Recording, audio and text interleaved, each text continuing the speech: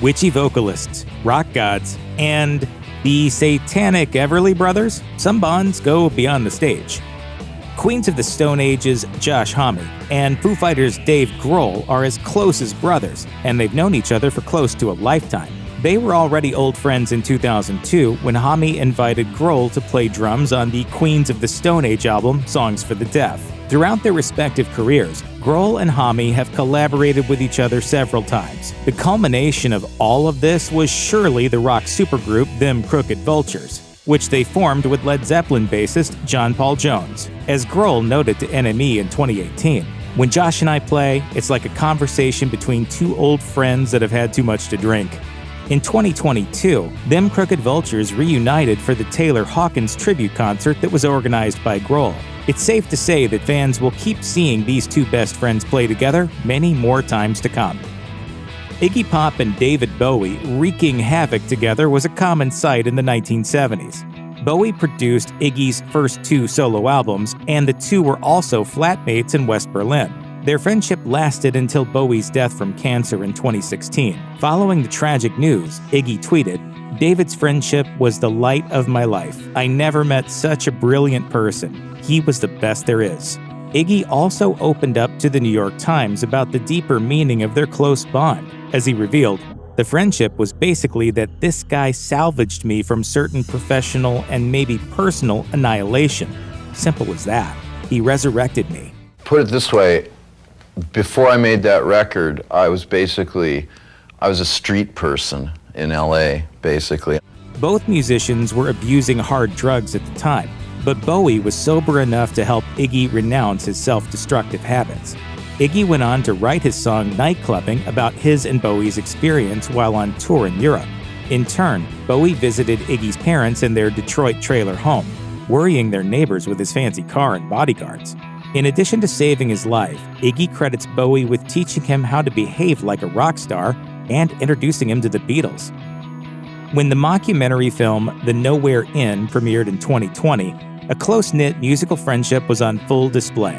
Annie Clark, aka St. Vincent, has been best friends with rocker and Portlandia star Carrie Brownstein for quite some time. They met in 2006, when Brownstein was performing with her band Slater-Kinney, and Clark was performing with the Polyphonic Spree at the South by Southwest Festival in Texas. In 2020, the two friends decided to make a film disguised as a documentary, with Brownstein playing a director making a documentary about St. Vincent. As Clark explained to Nylon, the movie is a meditation on life and the authenticity of art and friendship, with Clark and Brownstein at the center of it. Their friendship is slightly fictionalized for the sake of creativity and humor, but the fact that they're BFFs in real life remains unchanged. Oh, so now you care about my boring life. Annie, I feel like we can differentiate between who we are in the movie and real life. Ozzy Osbourne and Lemmy Kilmister's friendship spanned the course of 5 decades. They met in the 1970s when Kilmister was playing with the band Hawkwind, and Osbourne was Black Sabbath's frontman. They then became inseparable, as they collaborated on musical projects like Osbourne songs Mama, I'm Coming Home and I Don't Want to Change the World. Osbourne was shocked by his friend's aptitude to stay awake for days on end. They used to joke about which one of them would be the first to succumb to their crazy lifestyle. As Osbourne recalled, "I curbed my ways a long time ago, but Lemmy said to me one time, 'What's the point of living to 99 if you're not enjoying it? It's my life and I want to have fun with it.'" Kilmister succumbed to cancer in December 2015, just a few days after turning 70. On his last day, he wanted to say goodbye to his best friend on the phone. As Osbourne revealed to Classic Rock magazine, "I was talking to Lemmy on the morning that he died, but I couldn't understand what he was talking about." Both Brian May and Tony Iommi are legendary guitarists and acclaimed songwriters, the former with Queen and the latter with Black Sabbath. Despite their respective accomplishments, when they talk about each other, they do so with the utmost humility and admiration. As May told Total Guitar in 2020, "He is really my dearest friend in the business and has been for so many years. I could write books about Tony because he's a luminous human being with a wonderful, kind nature and an incredibly baffling sense of humor. And, of course, he is the father of heavy metal." Iommi returned the favor as he called May a rock god to BBC Radio and revealed, "We had a very fast connection and we used to talk to each other at all hours of the night in the early days. Iommi also noted that the two are best friends to this day, and that he always has an extra guitar at home when May decides to visit him for a jam. Well, our backgrounds aren't that much different. You know, we were probably both playing Shadows numbers about 40 years ago, you know. 30 years ago. It's no secret that Stevie Nicks is Lana Del Rey's hero and witchy rock star inspiration. As the latter gushed to K-Rock in 2022, she's just everything you hoped she's gonna be. She's so contemporary, and she knows all the new music that's out weekly. Del Rey also praised Nicks' willingness to go wherever her creative inspiration may take her. After Nicks sang on Del Rey's 2017 album, Lust for Life, it became clear that their friendship would permanently change the young singer's life. Since then, the two have become best buds, which was abundantly clear in a 2017 V magazine interview. As Nicks revealed, "I think all of these little things, in a really fairy tale way, lead me to you and lead you to me in a strange witchy way. We are witchy sisters, and that's it." Nicks even went so far as to say that Del Rey makes her a better person, and that's the reason she wants to keep singing with her, in this life or the next. While they may have come from different generations, their connection is undeniable. There are quite a few similarities between Dave Grohl and Paul McCartney. Both were founding members of legendary rock bands, and both had long and impressive careers after their original bands broke up, despite their similar histories. When the two first met each other, Grohl was dumbstruck. As he revealed on Instagram in 2021, "I don't recall exactly how Paul and I were introduced, what was said, or how long we talked, but I do remember putting on my best 'This is not the most incredible thing ever to happen to me' face, while trying to keep from making a fool of myself." Grohl might have been intimidated initially, but the two eventually forged a very close friendship. As Grohl confessed on the Graham Norton Show in 2021, their wives are also besties now. One time, McCartney visited the Grohl family for dinner and ended up writing a song on the piano with Grohl's daughter Harper. When he also played the Beatles song Lady Madonna, Grohl couldn't help but think, "This is like the most full circle crazy moment of my entire life." Jeff Beck and Jimmy Page's friendship might be one of the oldest in rock and roll history. By the time Eric Clapton left the Yardbirds in 1965, the two were already friends. That same year, Beck joined the band, with Page following suit a year later. Neither of them was a Yardbird for very long, though, as Page went on to form Led Zeppelin, and Beck enjoyed an impressive solo career. Even in the face of massive success, their friendship never fell by the wayside. As Page recalled in a 2019 interview with Fender, they were initially brought together by Beck's sister. Beck was teaching himself to play guitar on a homemade instrument by listening to records, and he went to a record collector friend for some help. That friend then brought Beck and Page together, simply because there weren't that many guitarists in Epsom, England in the early 60s. And there was a knock on the door, and there was Jeff's sister, and there was Jeff holding his homemade guitar, and we just bonded immediately. According to Page, he and Beck became instant besties and remain close friends to this day.